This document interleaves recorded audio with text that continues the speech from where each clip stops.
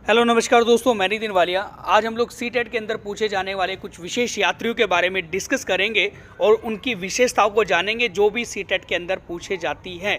जैसे कि सबसे पहले हम बात करेंगे आपसे मैगस्थनीज के बारे में। तो मैगस्थनीज यूनानी राजा सेल्यूकस निकेटर का राजदूत था। ठीक है, सेल्यूकस निकेटर कौन था? सेल्यूकस निकेटर सिकंदर का सेनापति था। 326 ईसा पूर्व में ना 326 बीसी में अलेक्जेंडर सिकंदर ने इंडिया पर अटैक किया था। और अलेक्जेंडर सिकंदर के साथ में जो उनके सेनापति आए थे वो थे सेल्यूकस निकेटर। और सेल्यूकस निकेटर के साथ में जो उनके एम्बेसडर थे, जिनको राजदूत कहा जाता है, वो थे मैगस्थनीज। और मैगस्थनीज जो थे इंडिया में तो आए थे, लेकिन वो इंडिया में आकर एक राजा के दरबार में भी रहे थे। मैगस्थनीज जो थे वो चंद्रगुप्त मौर्य के दरबार में रहते थे। ठीक है ना। इनकी पुस्तक जो थी वो इंडिका थी। वो बड़ी विशेष पुस्तक है जो कई बार एग्जाम में पूछी जाती है। तो देखो, इंडिका के प्रमाण तो हमें नहीं मिलते, लेकिन यह है कि कुछ अन्य लेखकों के द्वारा उसके कुछ विशेषताएं बताई गई हैं, उसके प्रमाण दिखाए गए हैं। तो इस पुस्तक में ना भारतीय समाज के बारे में जिक्र किया गया है। ठीक है, तो ध्यान रखेंगे मैगस्थनीज कौन था। मैगस्थनीज एक यूनानी अम्बेसडर था, राजदूत था सेल्यूकस निकेटर का। और सेल्यूकस निकेटर किसका सेनापति था? वो था सिकंदर का सेनापति। ठीक है, तो अगला यात्री हम लोग देखें।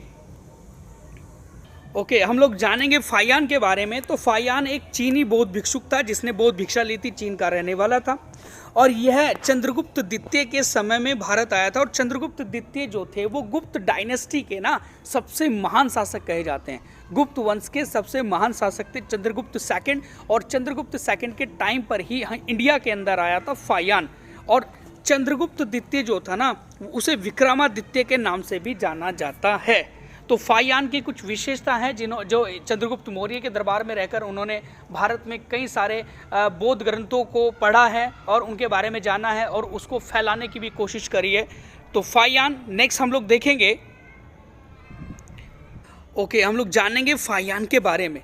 फायान कब आया था? हर्षवर्धन के दरबार में भारत में आया था। और हर्षवर्धन जो थे ना, इन्हें ना प्राचीन भारत का अंतिम हिंदू राजा भी कहा जाता है। हर्षवर्धन एक शक्तिशाली राजा रहे हैं। इनके समय में ही वेहनसांग इंडिया में आया। और यह एक चीनी बौद्ध भिक्षुक था, मतलब चीन का रहने वाला था लेकिन बौद्ध भिक्षुक था। इसे यात्रियों का राजकुमार भी कहा जाता है। मतलब भारत के अंदर इसे यात्रियों का राजकुमार भी कहा जाता है। और इनकी पुस्तक जो थी ना वो CU की, कौन सी पुस्तक थी इसकी? CU की इनकी पुस्तक थी। इसने ना नालंदा विश्वविद्यालय में शिक्षा ग्रहण की थी। नालंदा यूनिवर्सिटी जो एक नालंदा डिस्ट्रिक्ट के अंदर बिहार के अंदर है, उसको कुमारगुप्त के द्वारा निर्मित किया गया था, बनवाया गया था। और उसी नालंदा विश्वविद्यालय के अंदर शिक्षा ग्रहण करी थी वो थे वेहनसांग ने। ओके, नेक्स्ट हम लोग जानेंगे अगले यात्री के बारे में। अल बरूनी, जिसको अब्बू रेहान के नाम से भी जाना जाता है, यह उज्बेकिस्तान का एक निवासी था।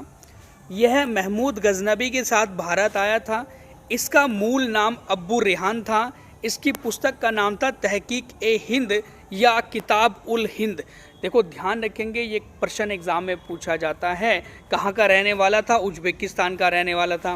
महमूद गजनबी के साथ भारत आया था। देखो, महमूद गजनबी के साथ तो उत्बी भी था, महमूद गजनबी के साथ तो फिरदौसी भी था जिसने शाहनामा पुस्तक की रचना की थी। लेकिन यहाँ पर कहीं ना कहीं सीटेट के अंदर कुछ विशेष यात्रियों के ही बारे में पूछा जाता है। तो जैसे हमने बात करी कि उज्बेकिस्तान और ये महमूद गजनबी का एक शासनकाल में भारत में आया था। इसका मूल नाम अब्बू रेहान था। इसने पुस्तक लिखी थी तहकीक-ए-हिंद या जिसे किताब उल हिंद के नाम से भी जाना जाता है। नंबर नेक्स्ट हम लोग देखें यात्री के बारे में। ओके, हम लोग जानेंगे इब्न बतूता के बारे में। इब्न बतूता कौन था? तो अफ्रीका महाद्वीप का एक देश पड़ता है ना, मोरक्को, उस मोरक्को का निवासी था ये। और मोरक्को और स्पेन को अलग करने वाली जो जलसंधि है ना, तो वो कौन सी कहलाती है? जिब्राल्टर जलसंधि। मतलब जिब्राल्टर स्टेट किन दो कंट्री के बीच में है, एक मोरक्को और एक हमारे स्पेन के बीच में। तो इब्न बतूता मोहम्मद बिन तुगलक के समय में ना भारत में आया था। मोहम्मद बिन तुगलक का जो समय था, तुगलक डायनेस्टी के एक शासक रहा है मोहम्मद बिन तुगलक, उसके समय में इब्न बतूता भारत में आया था। और इसकी पुस्तक का नाम था रेहला। क्वेश्चन आता है कि इब्न बतूता की पुस्तक का नाम क्या था? तो रेहला था।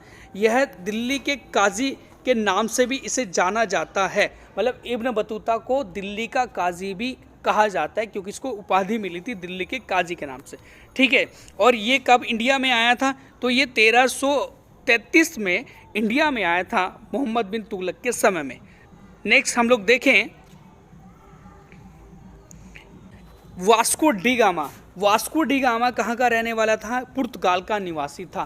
पुर्तगाल एक यूरोप की कंट्री है, पोर्चुगीज़ जिसे कहा जाता है पुर्तगाल, तो पुर्तगाल का निवासी था वास्को डी गामा। ये cap hope, good hope, Africa के दक्षिणी कोने से होते हुआ भारत में आया था। तो हम लोग ये कहते हैं ना कि भारत में ना जो सी रूट की खोज की गई थी या फिर जलीय मार्ग की खोज की थी भारत में आने की, तो वो किसने करी थी? वास्को डी गामा ने करी थी। वास्को डी गामा जो थे ना, वो अटलांटिक महासागर से होते हुए अफ्रीका का जो नीचे वाला हिस्सा है उसे कहते हैं केप होप, गुड होप, वहाँ से होते हुए सीधा ये इंडियन ओशियन में आया। इंडियन ओशियन से होता हुआ सीधा ये केरल के मालाबार तट पर कोची में पहुंचा था, और वहाँ के राजा थे जमोरिन, और जमोरिन ने इनको मसालों की खेती करने का आदेश दे दिया था, अनुमति दे दी थी। तो ये पुर्तगाल का निवासी था। इसने 1498 में भारत के समुद्री मार्ग की खोज की थी। तो ये भी ध्यान रखने हैं हम लोग कि इंडिया में कब आया था, तो 1498 में, 1498 में ये इंडिया के अंदर आया था। तो ये थी वास्को डी गामा के बारे में विशेष जानकारी।